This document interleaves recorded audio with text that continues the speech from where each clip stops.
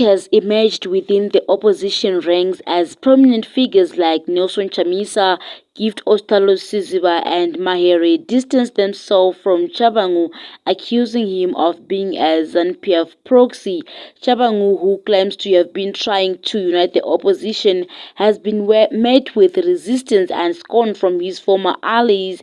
They allege that his true intentions are to divide and weaken the opposition on behalf of the ruling party.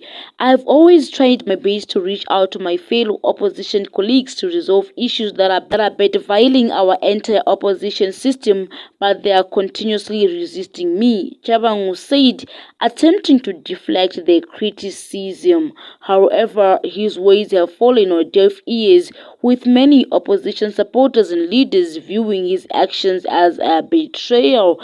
They argue that his efforts are aimed at furthering ZANU-PF's interests and rather than promoting the opposition's cause.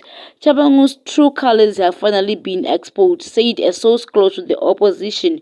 We won't let him sabotage our efforts to bring change to Zimbabwe.